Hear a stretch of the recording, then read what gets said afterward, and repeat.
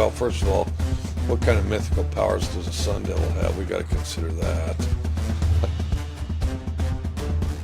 Now, Terrell, run the road again! Hey guys! Hey! I'm having a press conference, okay? Their fat little girlfriends have some obvious advantages. For one thing, their fat little girlfriends are telling them what they want to hear. It's Division I football! It ain't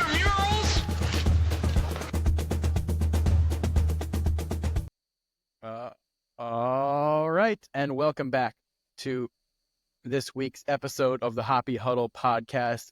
Today, we have got Week 8 reactions, third Saturday in October, Georgia, Texas. We had some big games this weekend. We had some games that weren't listed on there as kind of hyped up that turned out to be fantastic games. We had a lot of craziness. This week kind of just cemented the kind of evenness of the sport this year. A lot of teams that had previously lost and were like, maybe they'll bounce back. Maybe they just had a down week. A lot of teams were like, no, they're really not all that good this year. And there was kind of a sorting this week in college football where everybody just kind of coalesced and kind of moved down towards the pack. And I think it was really interesting to talk about the results of this week. Yeah, in my mind, this week solidified one thing for me is that we've got two good teams in college football, and that's Oregon and Ohio State. And then everybody else behind them could beat them on a given day, a lot of them, or could look awful. I mean, Georgia, great win over Texas. I think most people, including us, didn't think they'd win that game. But yeah, it was done on the defensive end. It certainly wasn't with Carson Beck. He didn't have a great game, and we'll get to the breakdown analysis of that game. But Georgia, now I think they're back. I think the FanDuel favorite to win the national championship. But I still think Oregon, Ohio State played a better overall game. Their quarterbacks played better. Those two still feel like the best teams in the country at this point. Yeah, I think it's really interesting because Georgia looked like vintage Georgia or Alabama with that defense. But then on offense, they just looked pretty just mediocre and very stoppable. And I don't know who paid off the NFL scouts to convince them that Carson Beck is a first-round draft pick. But yeah, his agent needs to get a giant paycheck because Carson Beck is nowhere near a first-round draft pick. No. I'm not really quite sure where that came from. But No. But we'll get to that game. We had a great we had an interesting game in Alabama, Tennessee. We'll talk about that. We had Iowa to hang on and save their undefeated season and keep on it right at the end. And pandemonium. And we had all interesting results. So where do you want to start? You want to start with the big game of the night, Georgia, Texas? Yeah, I think we got to start with that. I brought Georgia, a water Texas. bottle if we need it. Hey, I got one too, just in case things don't go our way. We can throw them around. But, okay, you throw it out. Yeah. To kind of talk about Georgia, Texas for a second, it's a lot of people are going to take away from this, looking back on it, what offenses have Texas played, and maybe Texas is not all that good. I still think Texas is a top 5, top 10 team in the country, but it's just interesting that Georgia's defense just took over this game. And I said this last week. I was like, Georgia has looked extremely mediocre, but I put a caveat with as if they have the talent where if they just flip it on, they could be a monster. And tonight, on defense, they flipped it on. They looked like vintage Kirby Smart defense. They were rotating, people 2-3 deep, kept their defense fresh the entire game. That was something interesting I noticed is they would rotate on 6 guys sometimes in between plays, and they just dominated the line of scrimmage. Which, I mean, that's kind of something we were looking forward to seeing is Texas's highly touted NFL draft pick laden offensive line, going up against Georgia's defensive front, and Georgia's defensive front just won the day. There were free rushers on Ewers the entire night. He had no time. They put in Arch towards the end of the first half to try and get some momentum with the mobility, but they ended up putting Ewers back in. He played a little better in the second half, but it wasn't enough to overcome the deficit. Yeah. Now, I will admit I was actually at the Florida-Kentucky game, so I actually had to go back. I was traveling today, so I went back and watched good most of the Georgia, or a good portion at least, of the Georgia-Texas game. And you're right. I think it was this Georgia defense clearly won this game. It wasn't Quinn Ewers. I don't think Quinn looked particularly great. I mean, he did enough, but some interceptions. I just, I don't know if he, to me, I mean, he's going to be a liability in a playoff game. I'm telling you right now, Georgia's going to lose in the playoffs. It's because of because of Carson Beck. Yeah, I agree. He threw 3 interceptions. Yeah. I'm sorry, I said Quinn Ewers. I meant to say Carson Beck. Carson Beck is going to be a liability in a playoff game, I believe, if they lose. Now, the defense. Where was that defense again? The Alabama game. Where was that? I mean, I don't know. This Georgia team isn't consistent like the 21 or 22 teams. Our problem all year long. We don't doubt that this team is loaded with 4 and 5 stars, tons of talent, and when they can be good, they're going to be like they were, especially in that first half of the Texas game. I mean, just lights out, stopping people. But I think offensively, they're going to struggle at times. And you put them up. I cannot wait to see them if they get to an Ohio State or Oregon, a team that offensively has a lot of weapons and is very comfortable. All right. Well, we seem to have lost. Are you okay? Are we having problems with the connection here? Are we good? I kind of agree with Jake. Are we good? Yeah. Okay. I lost you there for a second. Okay. I don't know why I'm having some connection problems, but yeah. So I mean, I think good for Georgia. Texas still is in the driver's seat in the SEC, I believe. I mean, even with the loss. Yeah. So they definitely control their own destiny. It is a loss. Georgia's in the so you've got both those teams as much now. As control your own destiny is a phrase, but yeah, I don't like that phrase. But I think both of them are in pretty good shape right now for the playoffs. I think them to be in at the end of the year. Yeah. Well, it's certainly interesting because both Texas and Georgia are certainly capable. That we've seen the highs and we've seen the lows. They're certainly capable of winning or losing a lot of the big games left on their schedule. And the SEC, I think I just not sure that we have that elite monster team that we've had in the SEC for, the last 10 years, whether it be Alabama or Georgia. Georgia has half a team that's an elite monster. I think, up until this week, we thought Texas's was that team, but Texas's offense couldn't really get going against Georgia. So it seems like there's not a complete team in the SEC that's just going to run away with it and win the conference out of the gate. Very possible scenario where these teams just beat each other up, and LSU or Texas A&M ends up in the SEC championship game, pulls out a good game, and wins the conference. Anybody, I think, inside the top 8 teams in the SEC could beat anybody else in the top 8 on on a single weekend. Yeah, and if you've been watching the podcast or listening, I've been beating up the SEC the last couple of weeks, and this again I think proved my point. Where's the great quarterback play in this SEC this year? We're just not. Other than Nussmeier, who will sling it around. There you go. There's my positive comment. Hey, we finally got him to admit Nussmeier's a good quarterback. How do you play against Arkansas? Really good, right? But where's all the good quarterback play? I mean, these teams are going down to the bottom, and I think Tom Fornelli today said it best on the Cover 3 podcast. He goes, let's compare that to the Big Ten, where we've got 2 teams whose quarterbacks and teams are being lifted up are playing great games. That Ohio State-Oregon game was a great, well-played game with these quarterbacks executing great plays. We're not getting that in any of these SEC games. We're watching Jalen Milroe and Nico fall over themselves and barely, it's like who's left standing? Who can barely make a play in this game? We're watching Carson Beck and Quinn Ewers look terrible. I mean, this SEC bias is like everybody in the SEC is automatically great. I'm just going to argue that the SEC is just kind of okay, and they're all okay. We get pieces of it that are good. Georgia's defense is really good, but we automatically assume that everything the SEC touches turns to gold. And I just think everything the SEC touches this year is maybe bronze. Yeah, I would even argue that the ACC has better quarterbacks across the board than the SEC. Absolutely, without a doubt. The SEC has all these 5 stars, but they're just not playing well. And in the ACC, you have Cam Ward at Miami. You have Eli Holstein, who's been playing well at Pitt. You have Kelvin Jennings, who's played really well at SMU. Yeah. You have Tyler Shuck, who's played fantastic at Louisville. Better quarterback. Higher. There's better quarterback in the ACC and in the ACC and the Big Ten than there is in the SEC And this year. you talk about teams that are playing well. Go to the Big Ten. Ohio State, Oregon. Penn State has been pretty consistent. Indiana, I know they haven't played tough schedule. We can say that about every team. I don't want to hear that argument anymore. But Indiana has been beating the crap out of people, absolutely destroying people. You can't say that about these SEC teams. They're all playing down to the bottom level. I mean, they're barely beating the South Carolinas I'm tired of it. I'm tired of hearing about how great the SEC team. These guys are not gold level teams this year. They're bronze level teams.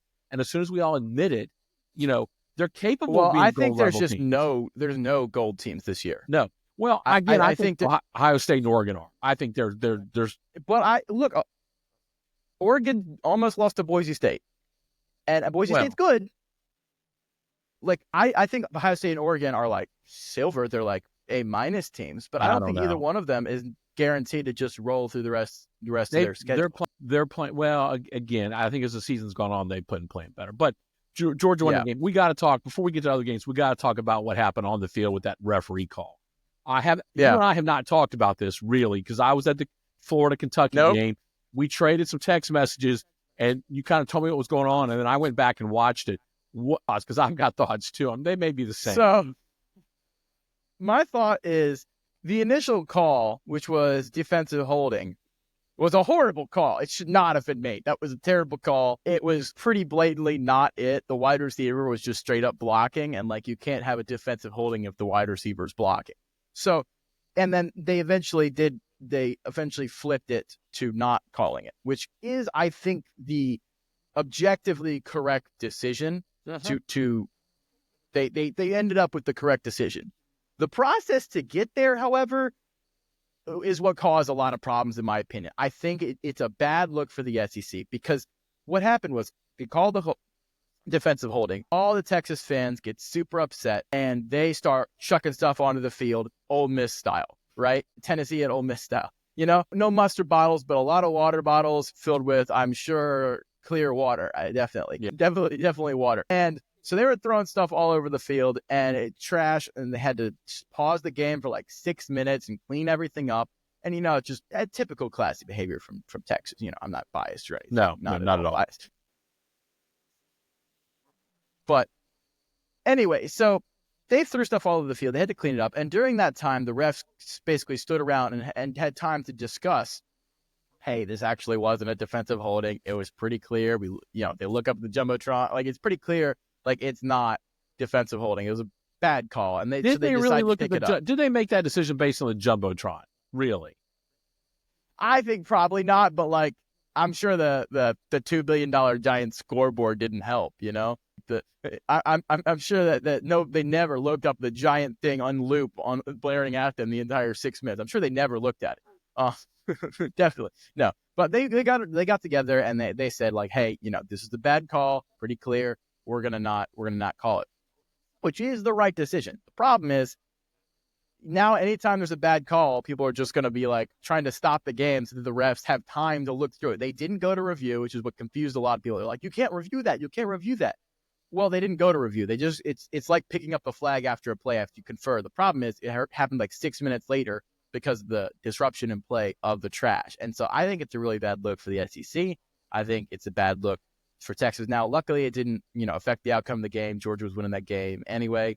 The SEC released a statement and they fined Texas $250,000 and required them to go through all their camera footage and identify the individuals that were throwing stuff on the field and ban them. So have fun with that, Texas fans. You're not getting invited back. But I don't know. I really didn't get after all this happened last night. So I already knew a lot about what happened. So then I went and watched it, and honestly, it didn't bother me so much. They got the call right. They had a chance to confer. Would they have conferred if it had been in real time? No. Well, we don't know that. Because they didn't pick up the penalty a minute into the 6 minute break. It was towards the end of the break. But here's the deal. I mean, the SEC, I need them to get off their high horse. They're so quick to fine Texas for throwing water bottles on the field. I'm waiting for the fine for Kirby Smart for shoving a Mississippi State player the previous week. I guess I missed that memo. When's that fine coming out? I mean, the SEC, I don't know what the SEC, I don't care if it's a bad look for the SEC. And the SEC doesn't want a bad look. How about finding your coaches when they shove opposing teams' players? Let's get that look straight, okay? I could care less about those. I agree with you on that. I mean, SEC, you don't care because Texas gets it coming to them. You kind of like that. That doesn't bother you so much. But and again, it just looks like, whatever. But they got the call right. End of the day, they got it right. That's fine. I don't care. But about to hit Kirby, honestly, that would have probably made it even funnier. But I just, and then the other thing, what bothered me was when I was watching it, and then when they made again, I get that people are frustrated that they went back and it felt like it took a long time and like, how could they change the decision? But then to watch Kirby just berate those refs like that, the man, he has no self-control. I mean, I'm telling you, this thing, this program, bad's going to happen to this program at some point. It already has. What has? It already has. But what's going to happen next? I mean, I understand this program. Look, I'm not going to make the argument that Kirby has culture problems at Georgia. I think we can agree on that. I'm just saying it's not unique to Kirby Smart to be yelling at the refs. But it's like even when you're in the wrong. A lot of coaches yell at the refs every week, even when they're in the wrong. He's out of control. That's not unique to Kirby. He is out of control, man. And that's the kind of person. I mean, I don't think you. I mean, you saw Sark get mad. You saw Sark get mad with the call, got super mad, but you didn't see him quite. I mean, Kirby was like. I mean, there was a difference between the two. When I watched it, I'm like, okay, Sark's acting like a mad coach for the play, but Kirby was acting like an irate person. I mean, just unbelievable. I mean, I don't know. I just have a problem with Kirby and the culture problems there, and whatever. I just think yelling at the refs by a head coach is pretty non-unique. Anyway, we'll move on. Whatever. But so Georgia beat Texas 30-15. Another big SEC game where the two teams just tried to see who was the first to not to lose. Yeah, this was kind of hey, we're playing a game and neither one of us wants to win. Like, What the heck happened in Tennessee, Alabama? What happened to these supposedly great offenses? Nothing. First of all, I'd like to give a shout out to Tennessee's defense, who I think is legitimately probably top 15, maybe top 10 in the country. Oh, yeah. They're good. They're a really good unit. And I think that's actually the best unit on Tennessee. Their defense is elite. So, Ryan Williams had a 17-year-old game, they threw it to him like 15 times. 18 targets. 18 targets. 18 targets. Oh, I thought it was 15. 18 targets. I mean, he was really good, but what can you do? You can't call the whole game. You can't catch the whole game. He only, one TD.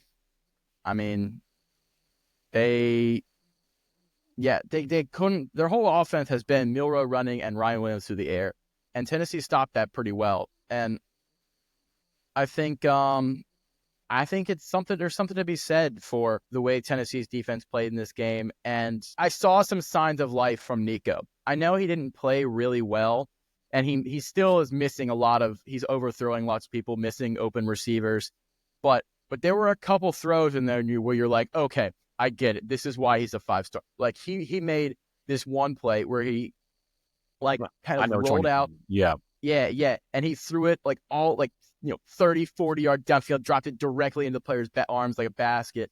And that's the kind of play where you're like, wow, okay, I see the vision. I see the potential of Nico. And so Dylan Sampson just ate up Alabama's defense. There were open guys in Alabama's secondary, which has been the problem all year long. We keep repeating it.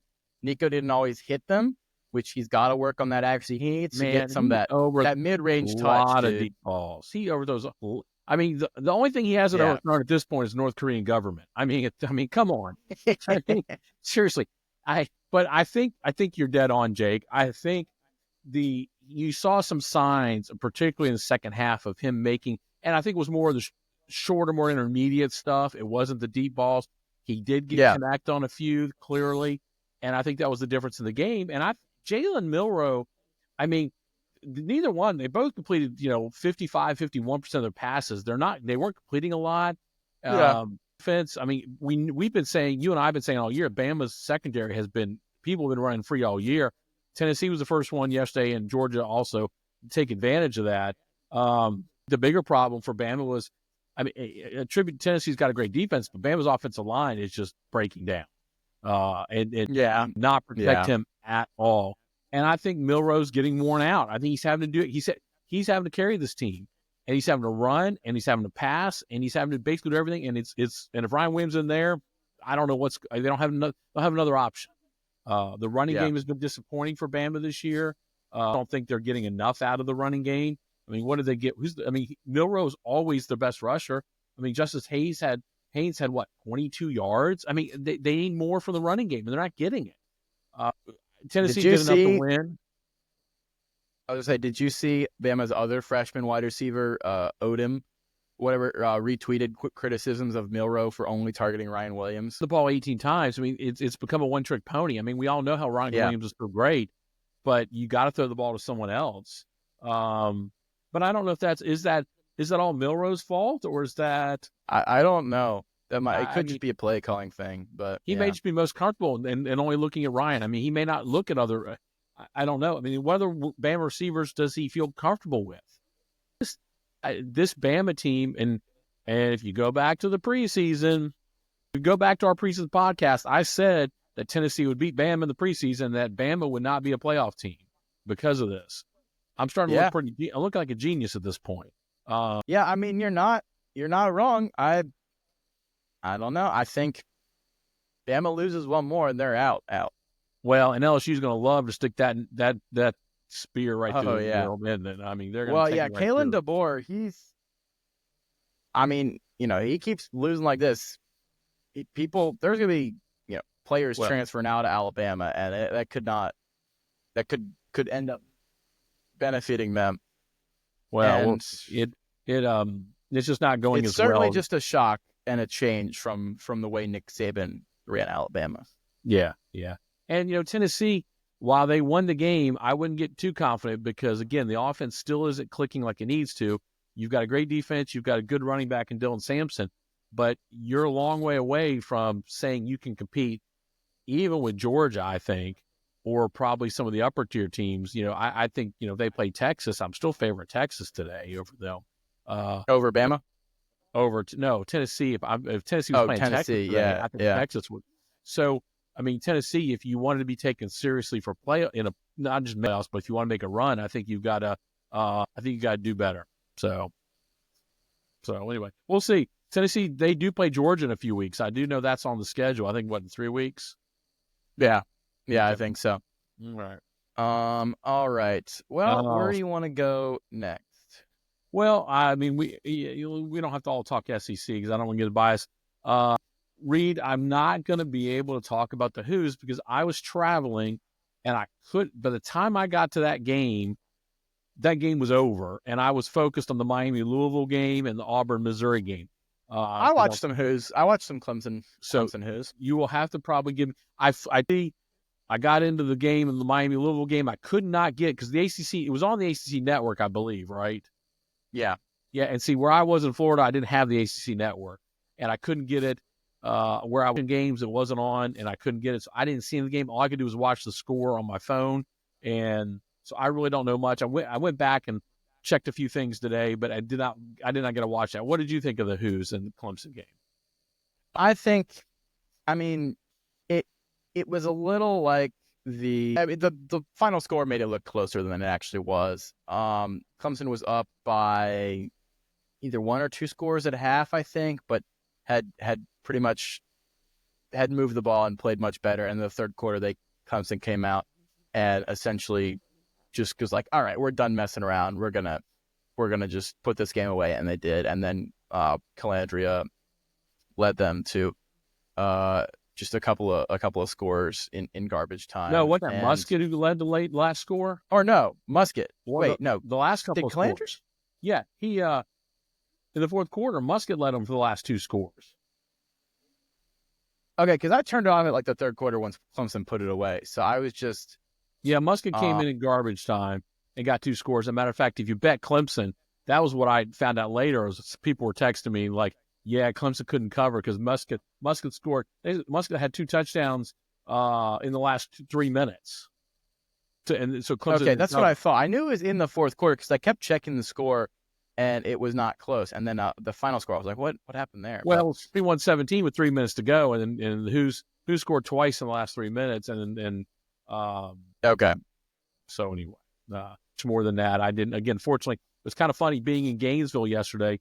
I turned it on. There's no ACC network, and I'm going, wonder why in Gainesville, Florida, they don't have, at least the one I was looking at didn't have the ACC network. They don't want anybody to see Florida State in Gainesville, I guess. I don't know. Probably. You want to talk about Michigan, Illinois? Yeah, let's start over there. First of all, let's do that. A ranked matchup. Well, yeah, it's a joke that Michigan's been ranked as long as they have. Finally, that was it. I mean, Illinois was clearly the better team.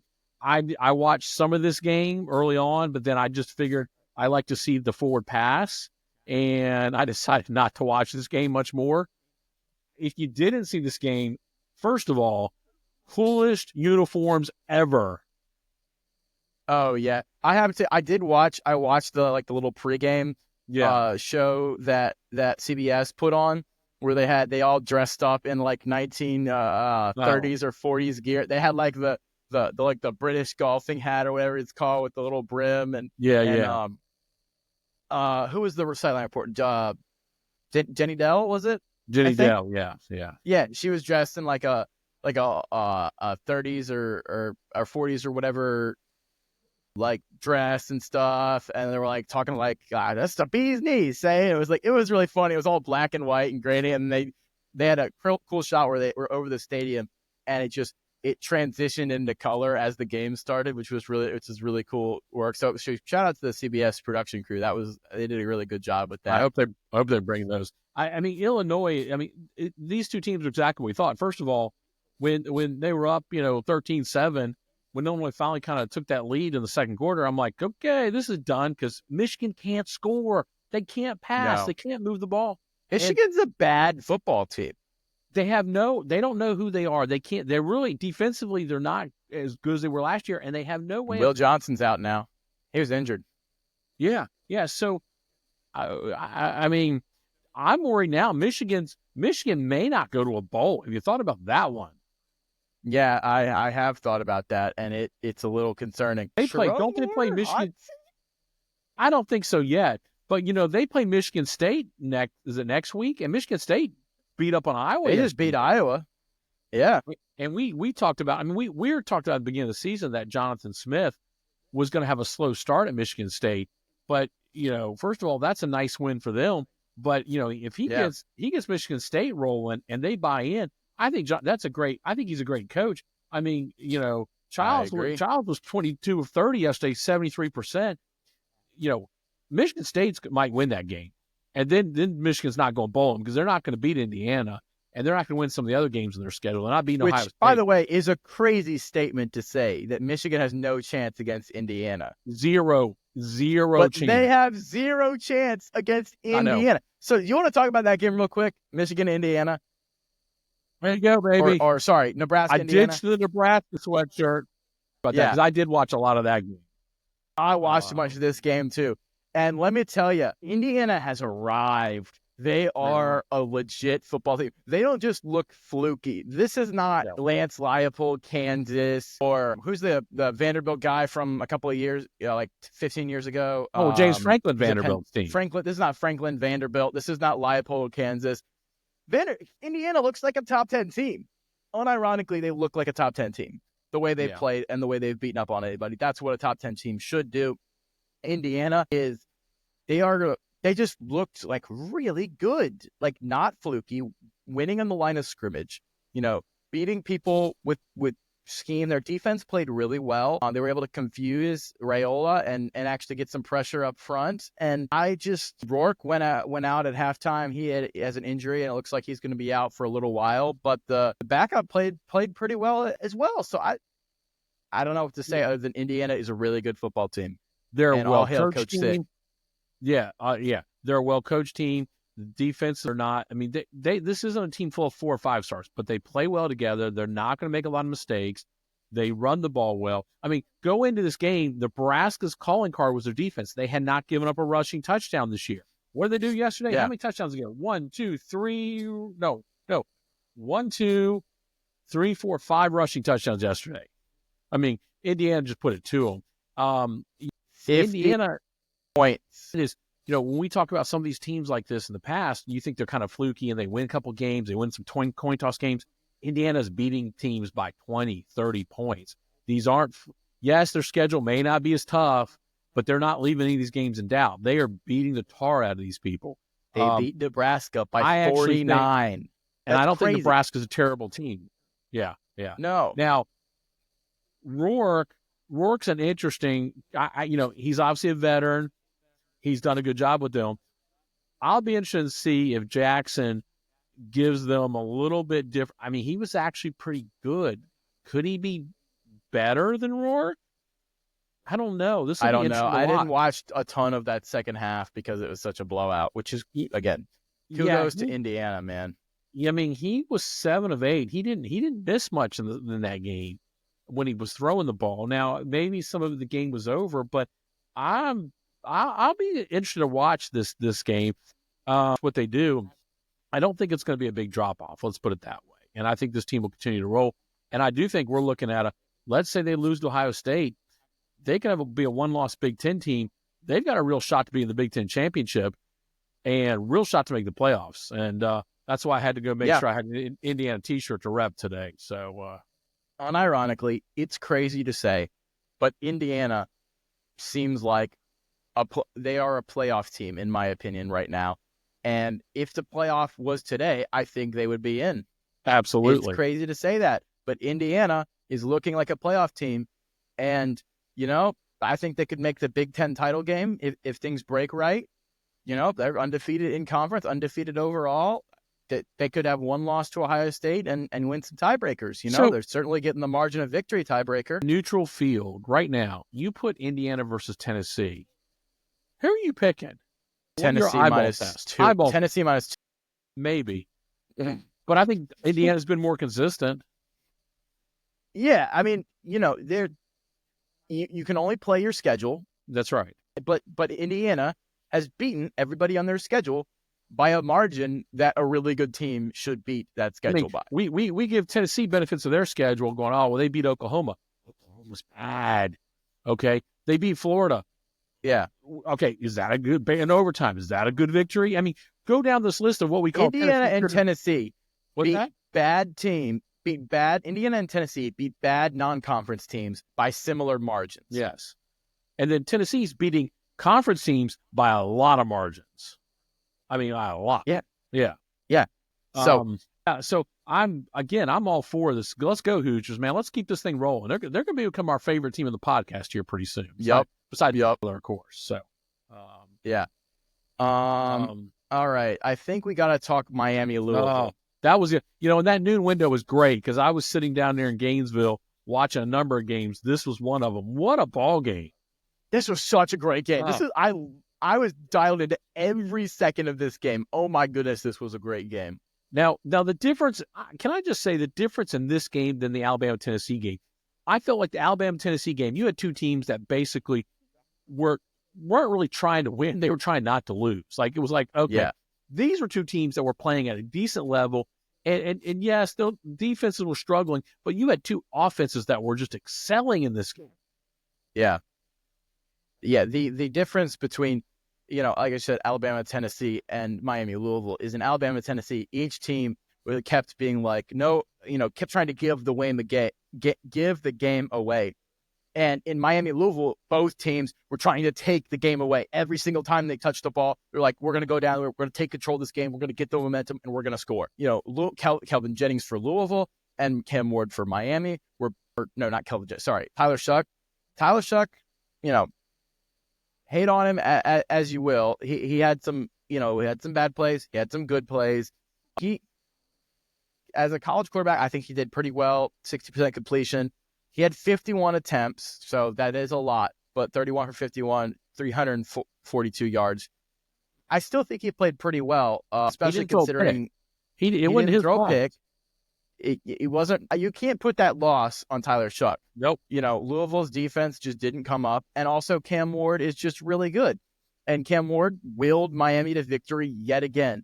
And I keep saying this, but Miami, in a lot of respects, acts like all the Miami teams we've seen from the last 20 years. Really talented, but underperforming and playing close games against teams that you think they should win. But the difference is this year they have maybe the best quarterback in the country who just takes control of the game. Is all right, guys, we're going to make incredible plays. We're going to throw to my talented receivers behind my talented offensive line with my talented running back. We're going to go out there and we're going to win the game. And Cam Ward brings like a level of leadership and a level of calm, cool, and collected that Miami has not had at the quarterback position in a long time. Yeah, I mean, there's only a handful of quarterbacks in this country that I think you can really count on, and he's one of them. I mean, we know he's going to make the occasional, bonehead play, throwing off the bat for trying to make something happen.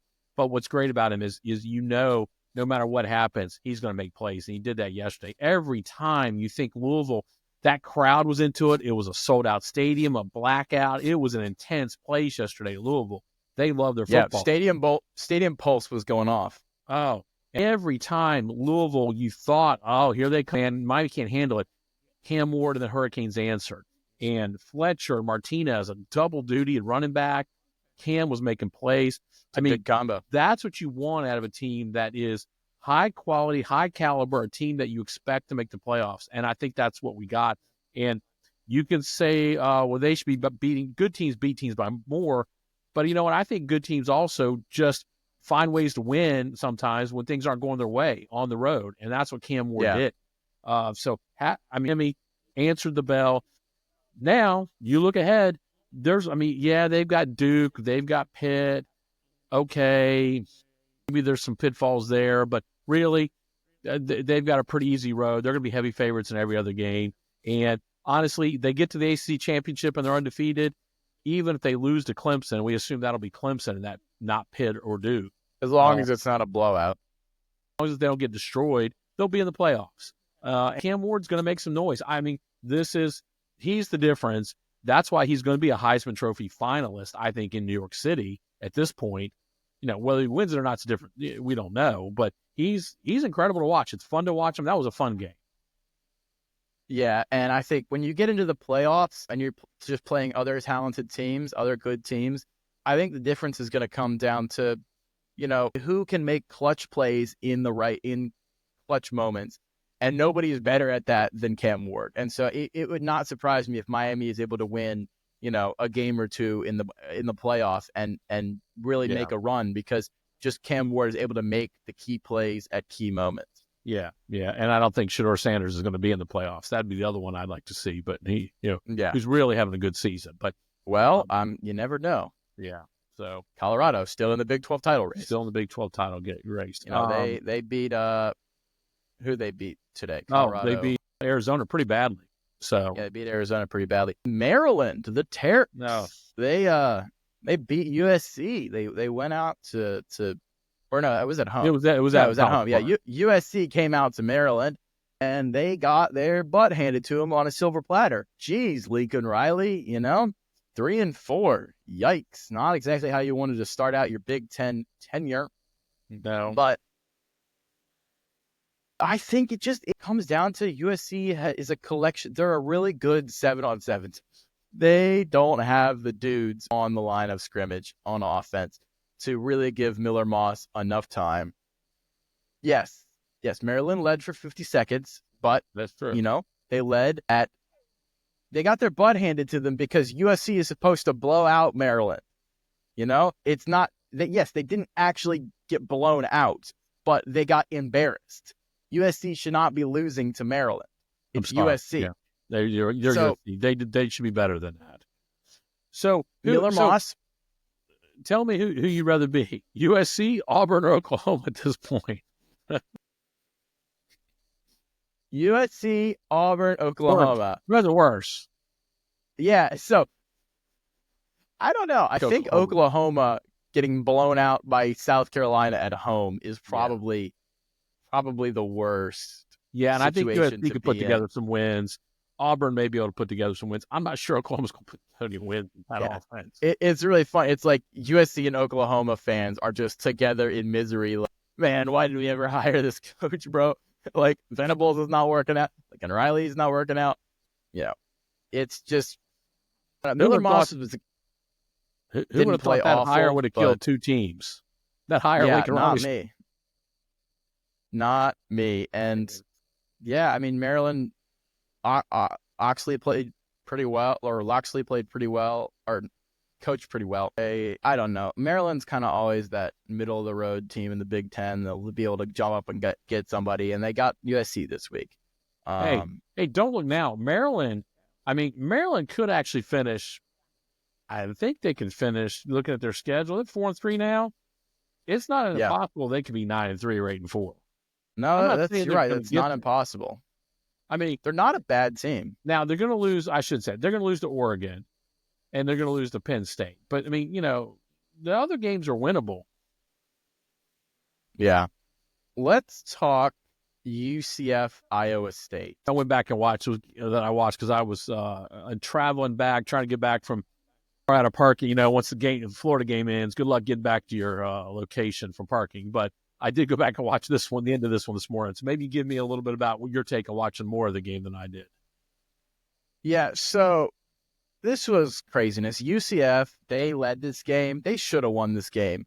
Iowa State survives with their undefeated season intact. Rocco Beck is him, essentially, in my opinion. He's really good. He did have 2 interceptions, but he led them down the field towards the end of the game, and they ended up taking they had a comeback in the end of the game. I'm trying. So, what do you? I went back and watched the end of this game. What is your question or concern, Jake?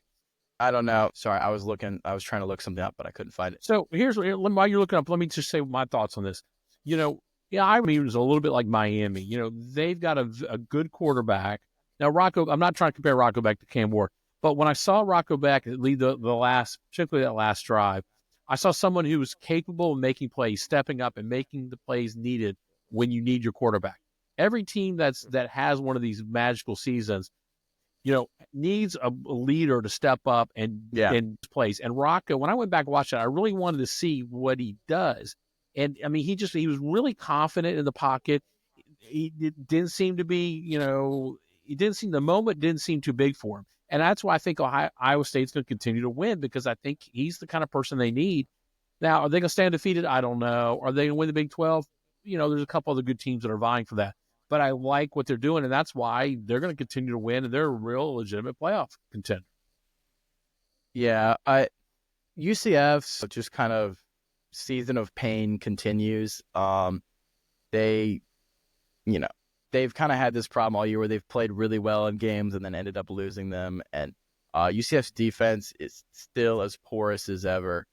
And Iowa State, it's kind of hard to tell how good exactly Iowa State is, because they've won all their games and they've beaten some good teams, but they've also, they played, how good is UCF? And they played them pretty close. And I don't know. I kind of don't know what to make of Iowa State. I think, 7-0, they deserve to be in the top 10, but we'll see. Football team. I mean, they're probably not going to win the national championship, but yeah, I'm unsure if they'll be able. I think right now, I think BYU might actually be better, and I know that struggle with Oklahoma State was certainly crazy. Should have struggled that much with Oklahoma State. So they should not, but Mike Gundy sometimes does Mike Gundy things. So I don't know. It's kind of hard to guess that. Well, Iowa State, I was at the had to go get eyes again on my Florida Gators there to take a look at them last night. Stared down the barrel of 4 straight losses to Kentucky, which certainly would have ended Billy Napier, I think, this morning if that had happened. Yeah. Burns is out for the season, so it was DJ Lagway's job, and DJ Lagway answered. Boy, he's electric, man. And not only that, but the crowd just responds to him. It was a sellout crowd there in Gainesville, as they usually do. And he's still freshman, only his second start, I believe, with some playing time mixed in. So you see still the bumps in the road of missing a few things, making some few mistakes. You know, he threw a pick that, okay, you probably shouldn't have forced it. But, man, I don't know if there's any quarterback in college football that can step up and throw a 40, 45-yard pass on like a rope like he can, like with just effortlessly. Like, arm strength of that kid is amazing. And he put balls in pockets last night, unbelievable. Just long passes. And the defenders are probably going, how do you throw it like that? That hard, that long, that straight. I mean, unbelievable. Florida's running back, it's Bond. Maybe I'm going to get that wrong. 5 touchdowns in the game. Freshman also set the record for Florida for touchdowns in the game. He made the comment after the game that he are going to turn this program around. They're going to make it a championship program again. Something like that was his quote. So, all right, it sounds good now. Yeah, no. So now I'll say this: Billy still had some of his questionable clock management and game management decisions that were driving people around me in the stands crazy. He needs to hire an offensive coordinator. Probably so. But now there's a path now. Beating Kentucky was important. They're going to lose to Texas and Georgia, I would think. Unless Georgia has one of those strange games, they'll lose to Texas and Georgia. But they're going to beat Florida State. Let's just put it that way. Florida's a better team than Florida State right now. No doubt. Yeah. Because Florida State just lost to Duke. Yeah. And by the way, the other thing in the Florida game, Cormani McClain had a pick 6. You remember Cormani McClain? I do remember Cormani McClain. So, but if they can find a way to beat LSU or Ole Miss, I know that's a tall ask, but both those games are in the swamp. Guess what the Gators' record will be? 6-6. Well, a bowl game probably keeps Napier's job, doesn't it? I think it does. And especially if you beat LSU. You lost to Tennessee in overtime. You beat LSU or Ole Miss. Beating LSU is no small task. No. But LSU is also not world beaters either. Come on, they're not LSU. I mean, I'm telling you, go to and I will be at the LSU game. That probably will be a night game. I plan to go to that one. Am I? I may also. I think the Hoppy Huddle may be on location for that game. We may be on that game, but be on location for that one. But we don't know what Ole Miss is going to look like at that point. Napier, I mean, stranger things have happened. There's a path here. Yeah, strange path. There is a strange path, but I'll have to say, shout out again. We've talked about Michigan State beating Iowa, fantastic, crazy. South Carolina beat Oklahoma. Notre Dame, they had a get-right game against Georgia Tech. Yeah. I picked them earlier in the week because I thought Haynes King was playing. We did that early in the week. Haynes King didn't play. I think Georgia Tech gave him a fight for the first half, and that was it. Yeah. Kudos to UNLV getting a good win over Oregon State. UCLA beat Rutgers. Good for them, They needed one. Rutgers is banged up a lot now. They've lost a lot of people to injury. That's not the same Rutgers team we had in September. I know, but UCLA needed something. Yeah. So yeah. All right, Jake, we're about 9 minutes from an hour, so we need to wrap this up here. I think we need to touch on. I know where we need to go. The Butt Bowl. Baylor dropping 59 points on Texas Tech. And Dave Aranda is back. He is going to lead us to the promised land. I am still completely unsure whether he's actually a good coach or not. But 59-35. If that isn't a 2014 Baylor score, I don't know what is, because Baylor went out there and destroyed them. Bryson Washington ran all over Texas Tech. Sawyer Robinson threw for 274 yards and 5 touchdowns. 5 touchdowns. Dawson Pendergrass also ran really well. Taj Brooks from Texas Tech, he was held to 5 yards per carry, which, still a lot, but that's for him. That's good defense by Baylor. I don't know what to say other than the fact that that was a really good performance by Baylor. They seem to have finally uncorked their offense and figured out that, hey, maybe we shouldn't run first down, second down, throw on third down, and actually change some stuff up. Spavital, called up a lot of interesting plays, and Sawyer Robinson played really well. He was making good reads across the defense. He is delivering the ball to the right places, and honestly, I think there's a scenario where Baylor makes a bowl game and wins, all the rest of their games except 2, I think. Hey, bold prediction here. Baylor's going to go 7-5 or even 8-4. They're not They only could. They could. That's not impossible. I'm looking at the schedule. There's nobody ranked left that they're playing. Nobody. No. Yeah. Yeah, and if And then Sawyer Sorry. Robinson comes back. A bunch of those players come back. Yeah. no, And then- Baylor and Baylor then is not. the Hoppy Huddle goes live at the week 1 next season when Baylor plays Auburn comes to Waco. Oh, that'll be a game. Hoppy Huddle will be Yeah. at that game. You better believe we'll be there. But yeah, no, Baylor played really well. I loved watching them get a win in the rivalry, in-state rivalry, Texas shootout, the Butt Bowl, BUTT is where that comes from. But it was good win for the Bears, good win for Dave Aranda and all the players. So, All right. The other game we need to talk about, my preseason pick for the Big 12 just keeps rolling on. Kansas State. Went into Morgantown and throttled the Mountaineers. So, Yeah, that was good win by them. Horrible game by TCU and Utah. I'm glad I went to sleep in that game. That was a snooze fest for sure. I watched that a little bit when I finally got back to my hotel in Gainesville, and that will put me to sleep about 1 a.m. Hey, kudos to Mississippi State for putting up 24 on A&M. Yeah, They've sneakily improved their offense a lot since the start of the season. yeah, they have. So, Still not a great team, but have gotten a little bit better. they've been fighting. Auburn lost to Missouri, We could spend 10 minutes on that one too. We're not. and LSU beat Arkansas. Oregon blew out Purdue. Yeah, So let's talk this week. We've got a couple interesting matchups. First of all, Notre Dame is playing Navy.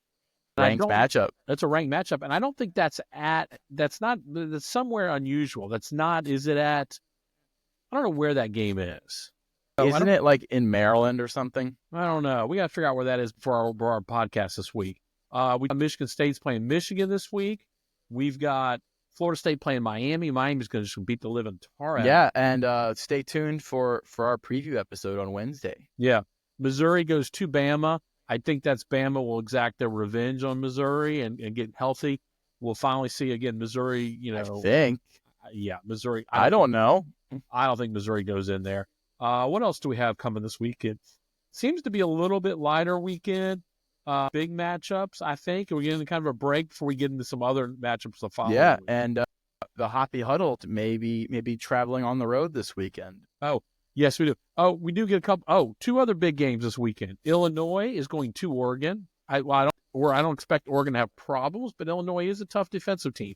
That should be bear watching. Illinois is a good team. And then we do get at Texas A&M. That fun game in the SEC. That will be a good game. And Texas goes to Vanderbilt. Who knows? Is Diego Pavia going to work his magic one more time? Did he have another vision? I don't know. I don't know. We'll see. So we'll cover this Wednesday night, Jake. Wednesday night pod, 9 p.m. Eastern Standard Time. We will cover all that on the Wednesday night pod. Make sure to like and subscribe. Follow on all the socials. Thank y'all so much for listening and tuning in. Yep. And Good night, Greenland. see you later.